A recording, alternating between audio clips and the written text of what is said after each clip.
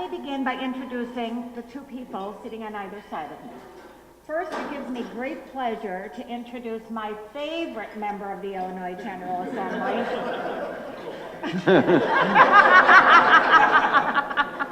My husband, Illinois State Senator Terry Lynn.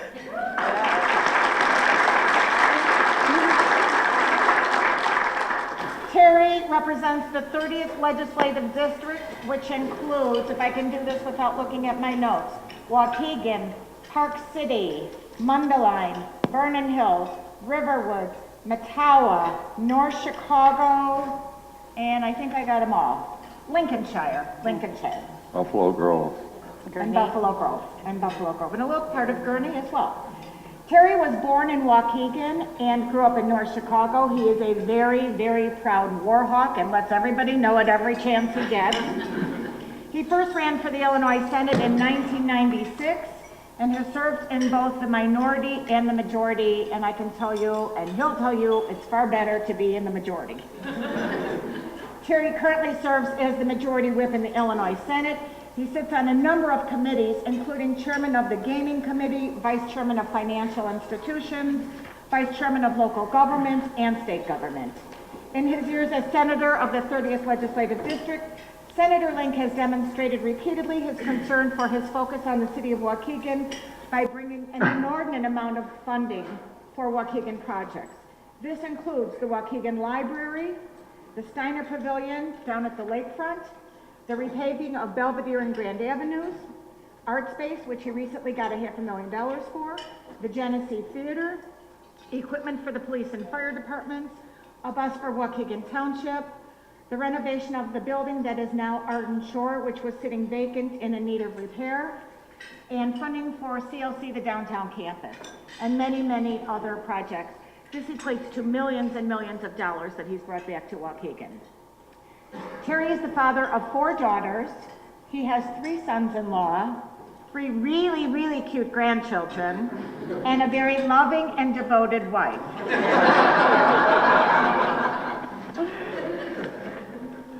Next, allow me to introduce you to my girlfriend, our very own state representative, Rita Mayfield. Representative Mayfield was appointed to the 60th House seat in 2010 following the untimely death of Eddie Washington. Rita has a Bachelor of Science degree from Columbia College in Computer Information Systems and a Master of Science from Benedictine University in Management and Organizational Behavior. Rita is the mother of 2 children and the grandma of 1.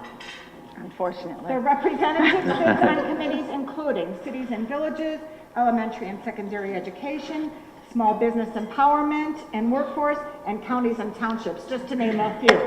Her districts currently include Waukegan, North Chicago, and Park City. That, however, will be changing with the new map going forward. Now that you have met both of our representatives from the General Assembly, let's begin. So I would venture to say that there's nobody in this room that has not been affected by the downturn in the economy. People everywhere you go who have never before paid any attention to what's going on with their elected officials are now really, really engaged in local government, what's going on at the State House, and what's going on in Washington, D.C. This morning, I'd like to begin by talking to Representative Mayfield and doing a deep dive into pension reform. We're going to talk about this. So this is a topic that's getting the most ink and is all over the network media, especially these past few days. Last Friday, I happened to be in Springfield, actually meeting with Representative Mayfield in her office, and the reason she was there was because Governor Quinn called a special session of the General Assembly. Now, notwithstanding the Derek Smith issue that the members of the House of Representatives were dealing with, the other reason why the special session was called was to talk about pension reform. So without putting my bias on what really went on, why don't you tell us, did anything go on? Absolutely nothing went on. We sat there for hours and hours and hours, and we basically, in my opinion, it was a waste of taxpayer dollars and definitely a waste of the representatives' days that were down there. There was a lot on the table for pension reform. There's a lot of changes that really need to be made.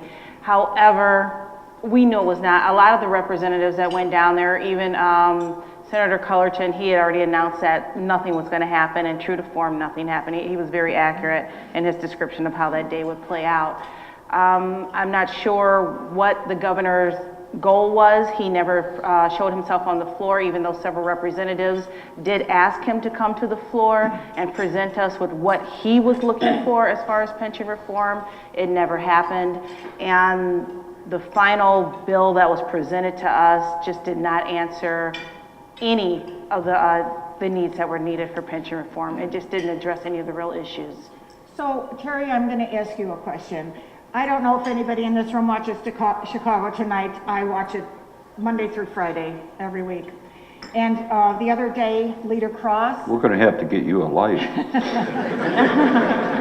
and Minority spokesman Chris Radonio were on talking indeed about pension reform and the fact that the governor did not even call a meeting of the four tops with him for the past 2 months. So they had all summer to work on this and nothing went on. And they alluded to the fact that while there was obviously not a consensus about what should go on, that it was politics as usual in Springfield. What do you say? Totally agree. President Cullerton advised the governor not to call this special session. On May 31st, the Senate passed a pension reform bill to a portion of it called GARS, which would affect the General Assembly's pension, and it would affect university and state employees' pensions. We passed that with 31 votes, and it was bipartisan. It was Republicans and Democrats that voted on that bill. We passed it, sent it over to the House. That was the bill that the governor supposedly thought was going to be addressed when he called this special session, but he neglected to talk to either the speaker or the minority leader in the House to get them to do that. This was politics at its worst nature.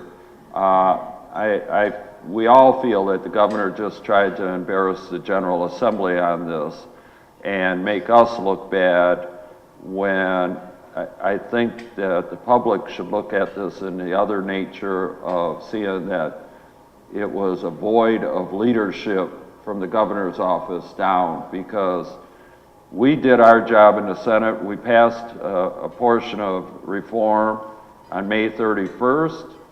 We did something. We did a step forward.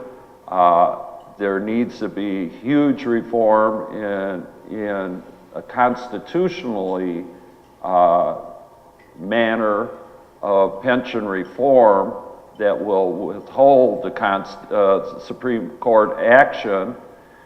But the point is, it's got to be done in a manner in which we work bipartisan, sit down with all four leaders and get this worked out.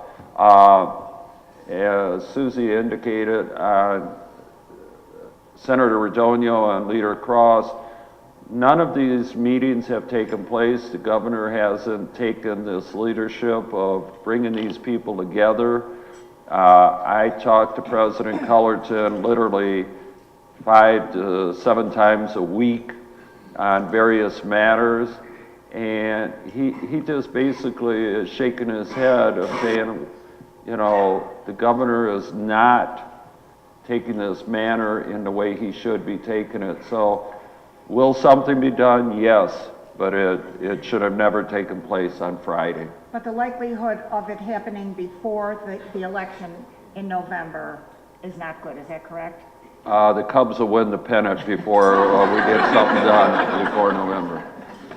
And you would agree, Representative? Yes, absolutely. Okay, so then, in yesterday's paper, I'm reading a story about the pension charade. This is in the New Sun from yesterday. I'm reading the stories. Pension charade, what a joke that all of these guys went to Springfield. They did, in fact, take care of business with respect to Derek Smith, but nothing was done on pensions.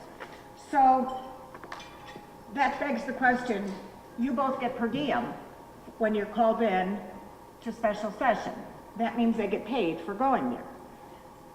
But they didn't do anything when they got there. So Representative Senti out of Vernon Hills said in yesterday's paper she's going to decline her per diem because she feels like they didn't do any good. They didn't do anything at all. I'd like to know how you feel, Terry. I don't send out press releases. I'm not one of these type of people that broadcasts everything. I've already sent my letter to the Secretary of the Senate declining my per diem because I too thought it was a joke. Contrary to what I'm sitting next to Susie, I don't need the $100 that we get paid for per diem that day. She probably will hit me like she just did, but I just think it was a waste of time. I think it was a waste of effort, and I'd rather have the taxpayers have that $100. And I've already sent my letter, and I didn't need to send out a press release on it. Representative, how do you feel? Well, this is the first I've heard about anybody turning their money back, but actually I'm kind of in agreement. When the House was called back, we were called back without any expectation of the per diem. We were called back to deal with the Derek Smith thing, and when we're called back by the Speaker, we're not paid for that. We just automatically go back and we deal with the House business because that's the way it goes. But when the Governor called a special session, that's where the per diem kicks in, because that's when you get paid. But there was no expectation from anyone within the House that we were going to be paid for that day until the Governor stepped forward. So. Okay, I'm going to move on to another topic that I'm sure you're all interested in, because clearly there's not going to be any resolution on pension reform between now and November, so it would be just theorizing on my part and on their part as to what may or may not happen. So let's talk about something really relevant to the city of Waukegan, something that's been in the news repeatedly. I know everywhere my husband goes, everywhere I go, we're asked about this all the time, and that is the status of the gaming bill in the state of Illinois. So I'll just set the stage for you. The bill passed out of the Senate by Senator Link, it passed out of the House with the sponsor Lou Lang from Skokie. It was sent to the governor's desk. It's awaiting his signature. He has until the 28th, is that correct, Terry, to sign the bill? If he signs the bill, woohoo, here we go. If he doesn't, Terry, what happens? We get rid of him. We shoot him.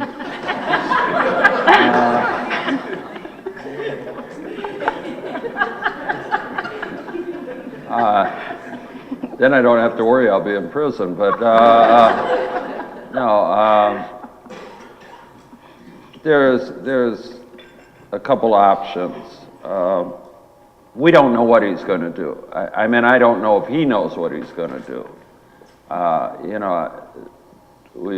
We've discussed with the governor's office numerous amount of times of options. We've dealt with his office on various manners. Is he going to totally veto the bill? Is he going to do an amendatory veto of the bill on various parts of the bill?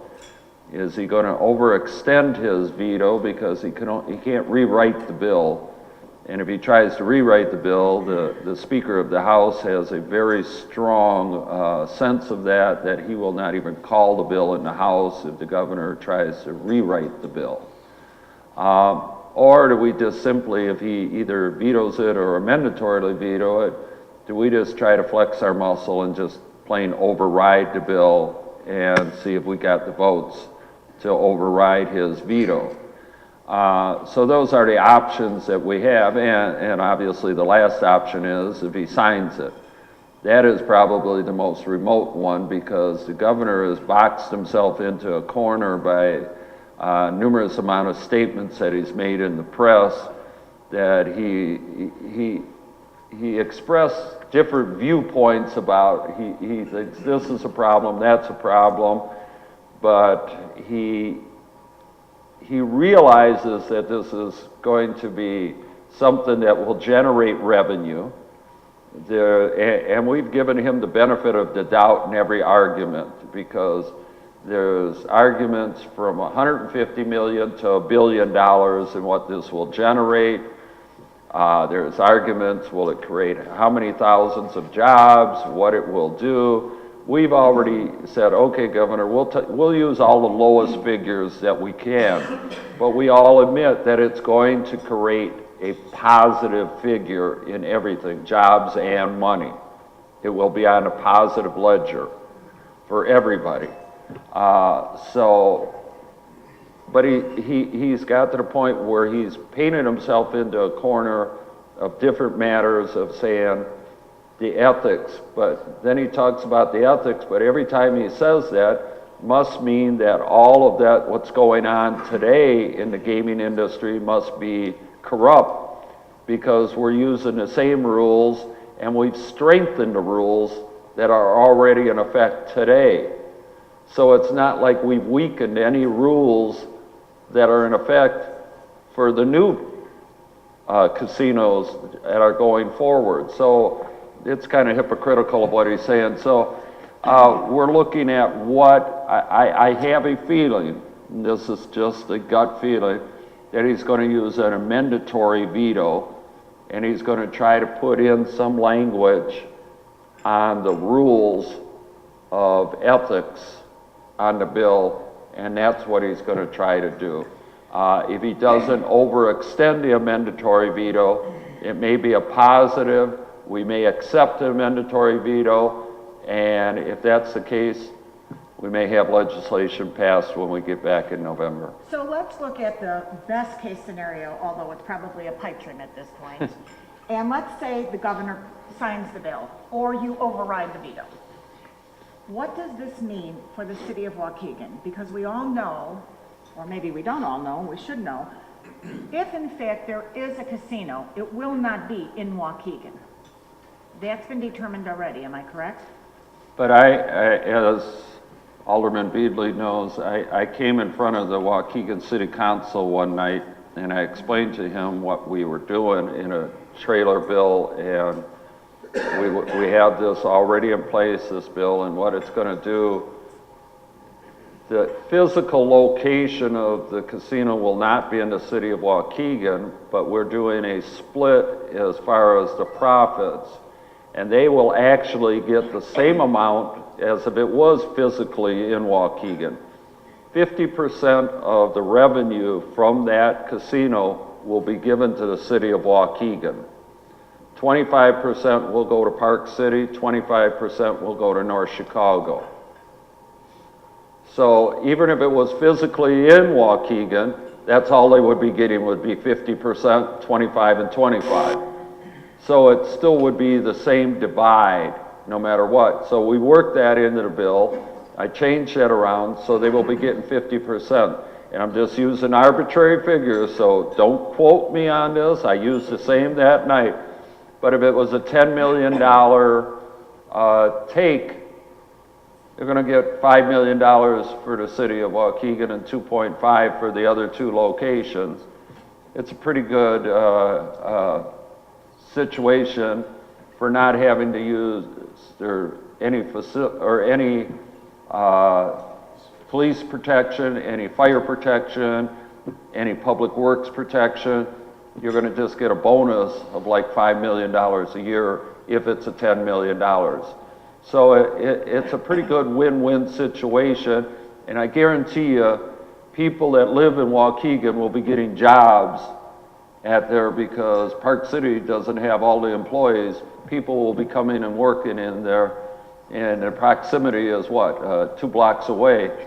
So it's a case of a win-win situation for everybody. People from North Chicago will be getting there. It's a win-win for the whole area. It'll be an economic boom for the area. And like I said, I'm not promoting anybody to gamble, but I am promoting people. There will be restaurants, there will be, hotels. There will be an economic boom to help the area that is desperately needed. And if anybody has seen Elgin, Joliet, Aurora, and seen what it's done for their neighboring areas and seen what it's done to just bring the area up, you would be amazed at what it was before and what it is after. It's a plus plus. And I'm getting tired of hearing this about the crime. Go talk to the police chiefs of any one of those communities, and they will divulge those statistics to you. And with the exception of the occasional guy that had one too many, there's no problems at any one of those areas. Rita, any comment on gaming? Well, you know, we supposedly have a jobs governor. This will promote jobs. This will definitely create economic development and stimulus here in this district, and it's something that we very much need. I myself have talked to the governor and the governor's staff, and I've urged him to sign the bill because I feel that this is something, you know, for our area that's been a long time overdue. For those of you that are up in the Park City area, I'm not sure if you're aware, but we're running 2 coach buses, very nice coach buses, every single day, once on Sunday, you know, up to Potawatomi. So the people are gambling. They are spending money, and they're taking that money out of our district and spending it in Wisconsin. We want to keep those dollars here. You know, we want our businesses to thrive. And it would not be bringing gaming to the city of Waukegan for the first time, because we've had the OTB on Green Bay Road for been there for years and years and years. So there is a gambling facility already here. Yes. It would just hopefully keep the money on this side of the state line rather Absolutely. than seeing it going across to Wisconsin. Absolutely. So I guess the moral of the story is if you want your voice to be heard, write a letter to the governor's office urging him to sign the bill. That would be my advice. Moving on, we asked members of the Chamber of Commerce to submit questions ahead of time.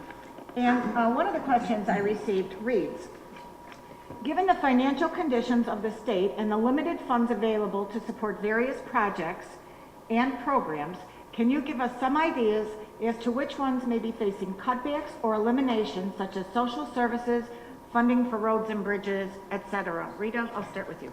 The road fund is sacred, and we will cut every program in the state before we touch those roads. That's basically what happened this last session with the budgets.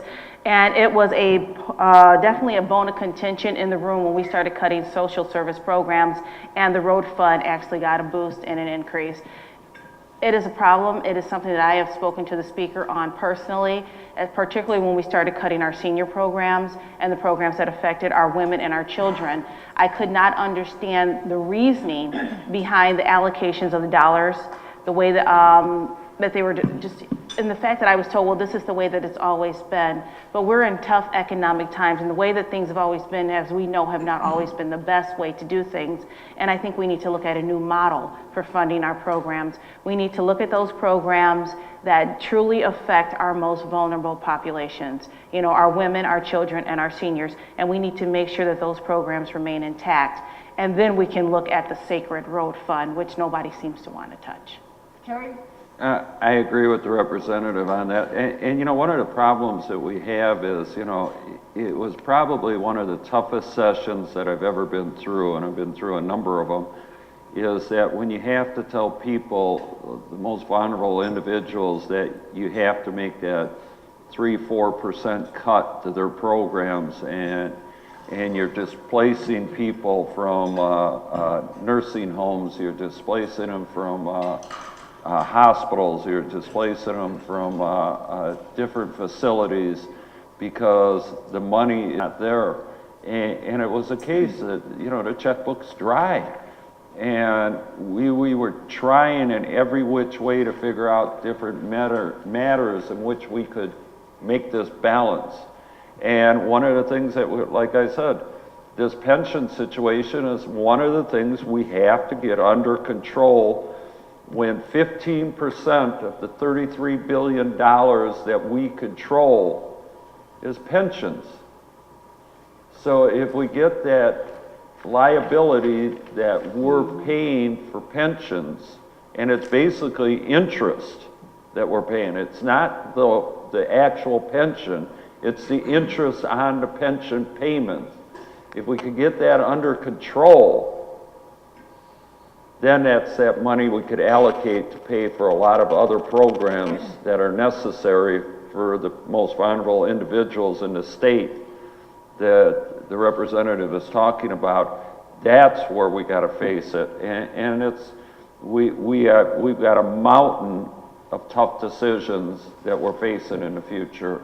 But the toughest one is going to be this pension and figuring out how we're going to do it so we have that money so we can use for the right things. So going back to Chicago tonight and what Leader Cross and Senator Chris Radonio said on that program, they were talking about the shift in the pension liabilities and the fact that, and they kept repeatedly saying, there is a philosophical difference about this subject. Is that part of the problem as you see it? Because it's a regional shift, a regional issue, or is it a partisan issue? The one thing they're talking about is they're talking about the part about the education funding portion of it. What we're doing now is that in pensions, the school districts, with the exception of the city of Chicago and Cook County, or the city of Chicago, I should say, not Cook County, the city of Chicago, they pay their portion of the pensions. Local school districts here, the state pays the portion of the pensions. The local school districts do not pay that pension. So what has happened through the years, for many, many years, you would see these bumps. Superintendent's going to get mad at me when I say this, but they were paying these bumps to a lot of administrators and teachers, and they were the last 2 years of their tenure in office, they would get these 20% bumps for the last 2 years. And it threw the whole pension system out of kilter. And about 2005, we took this on as far as that portion of it, in that it was funny, the Sun-Times ran an article of the top 10 of them, and 5 of them were in my Senate district that had these violations of getting these big bumps. So it was easy for me to vote for it. So what we restricted it to was the state would pay 6% of it, and anything over that, so if you wanted to pay 20%, the local school districts would have to pay the other 14%. But a lot of the school districts are still getting around it and paying the penalties. So what they're talking about, the shift now, is that it would be like a 12-year phase in, that the locals would start paying the whole pensions like they do in Chicago. So the local school districts would be responsible for the pension system, which would then alleviate a lot of the money that the state has to pay into it.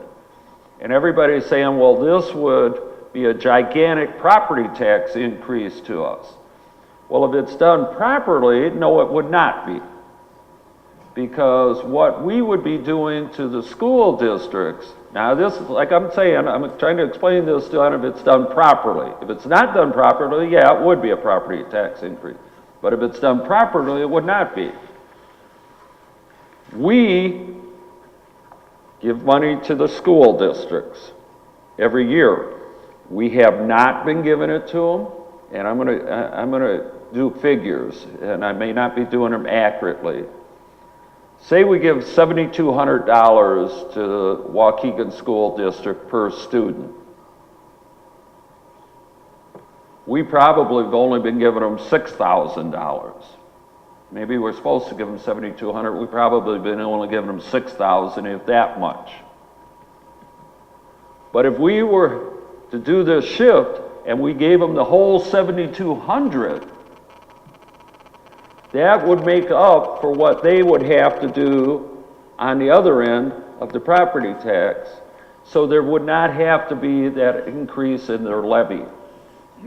we would be making it up so they wouldn't have to do the increases. That's where you would not see the increase in the property tax. Their levies would stay equal if the state, now I'm saying that's the big if the state was to do their job and continue to do their job at the funding that it was supposed to do, and God knows, I'm not going to be there 12 years from now. I'm making that promise right now, right here. I'm not going to be here 12 years from now. But the point is if that's done correctly, it will make sure that there would not be that increases or the burden on the local taxpayers. So that's the perspective from the Senate. Talk to me about the perspective from the House and the Speaker's perspective. Is this politics or is this a philosophical difference in the approach? There's a lot of ifs in that statement. Okay, there are a lot of ifs. If the state does this correctly, I'm a homeowner. I don't want to see my taxes go up. I've seen a lot of the proposals that they've put out there, and to me, it doesn't look like they're going to do it properly. It looks like they just want to just do they just want to do a dump, and it's going to affect our businesses. Because a lot of you own your the business, the brick and mortar for your business, so that's going to affect your property taxes. I actually had conversations with the Retail Merchants Association, and they're not for the shift. There's a lot of poor districts. This is not District 60 is not a rich district. So how are we going to continue to attract that high quality of teacher and administration levels that Lake Forest and Glencoe and Glenview have if we're put into a box? And I'm really concerned about that. How is this going to roll out? How is this going to affect our children down the road? For districts that are even less fortunate than us, those that are in the southern region of the state who can barely afford a $30,000 a year teacher, what's going to happen to them? We really need to look at this on a grand scale to, how is this going to affect our children? Because we really need to look at our children, because they're going to be the recipients of this transfer. And until they can guarantee that our children are going to receive the absolute best education possible, I'm not sure that I can vote for this shift as it is currently written.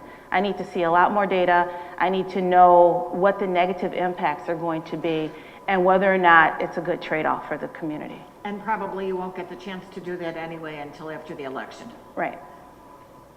Same thing that happened last Friday.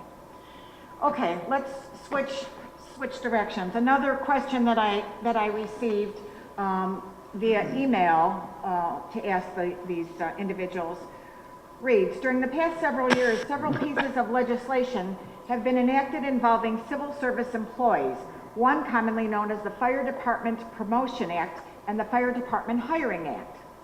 Why would the state not address the same issues that are covered in these two acts for the police department? Terry, I think, were you a co-sponsor? I was the sponsor. I was the sponsor, and I negotiated that bill. That was a number of years ago. It's very simple on that. Each group brings it up, and it's kind of ironic is that it seems like the fire department or firefighters are the ones that bring up these bills. They're probably 10 times more proactive than the police are. And they brought that bill up a number of years ago. They fought for it, they negotiated it, they worked on it. I was a negotiator of that bill, worked it out, we passed the bill. It actually passed after negotiation of working on that bill. It passed unanimous out of both chambers. The police departments never came forward to work on the same type of bill. That's how it works down in Springfield. We're not the proactive ones as far as going out and saying, hey, police department, you want a bill? Come and see us, you know what I mean? Or fire department, you want a bill? Come and see us. If they come to us and they've got something that they want, we'll sit down and talk to them. And I got to tell you, the firefighters are 10 times more proactive than the police are in Springfield. And they are well organized, well positioned, and more active in every regard. And that's why that bill got passed, and the police, this has probably been a good 6-7 years that bill got passed, and still the police haven't come forward. Okay, so usually we run really close to 9 o'clock. We're like bumping up the clock, and we don't have time to ask for your suggestions and your questions. So I would like to stop right now, and we promised you the opportunity to directly ask these guys some questions. So are there any questions from anybody here? Don't be shy, it's your chance to get them. Terry, if the governor is not running for re-election, why is he not showing leadership here? Who said he's not running for re-election? No. He's, I thought this year he's not. no, but he's up in 2 years. Well, that's 2 years, that's a long time in political times.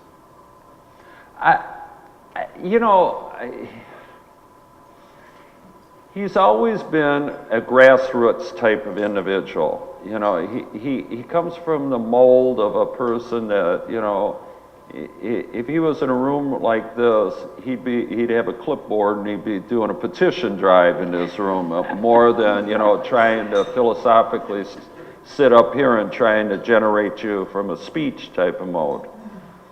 And I think that's the way he likes working. And you know, everybody in the political world has a different way of working and a different way of trying to get their point across.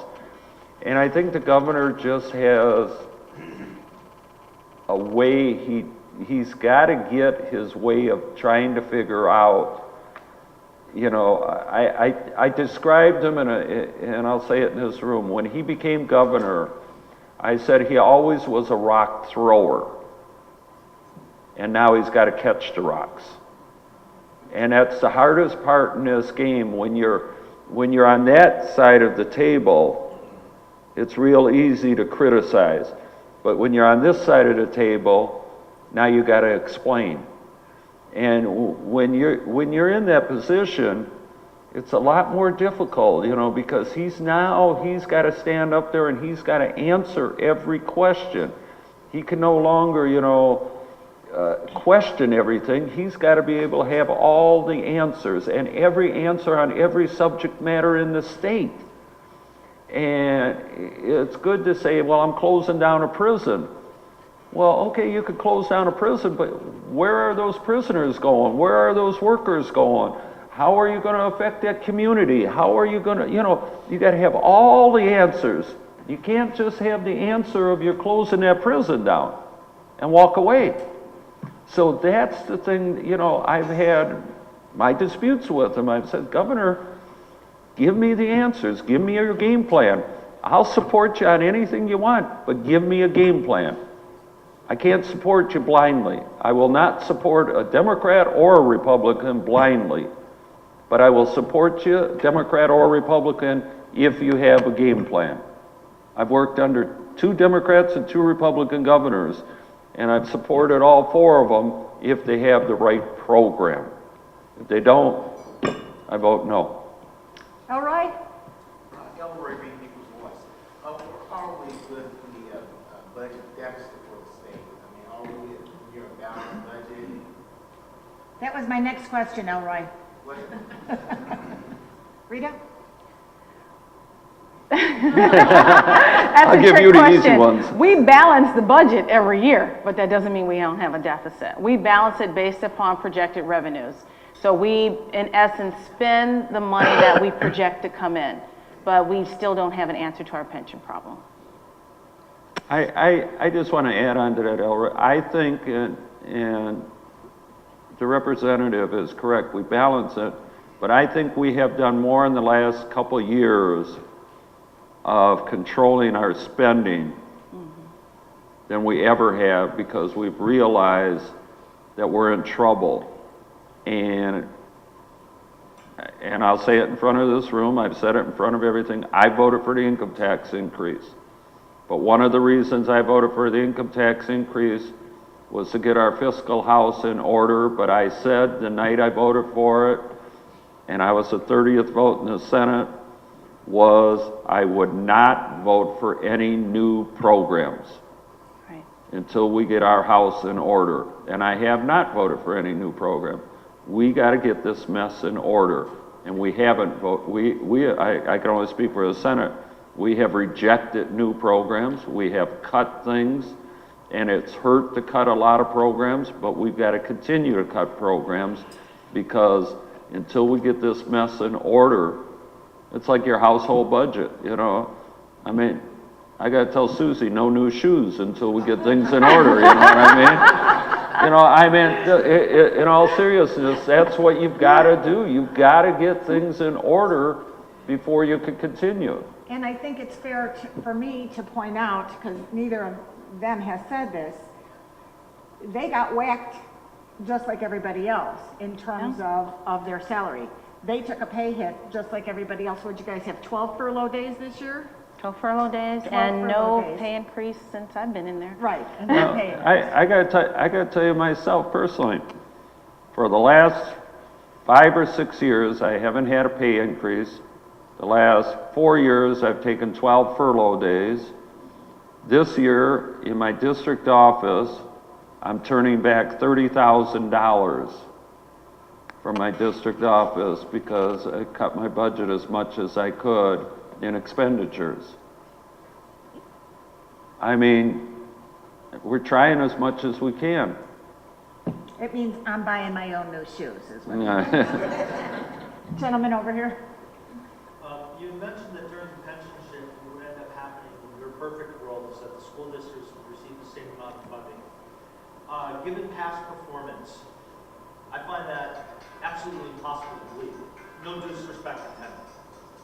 I can point to the example of when St. Ronald had eliminated Carter's military education stipend.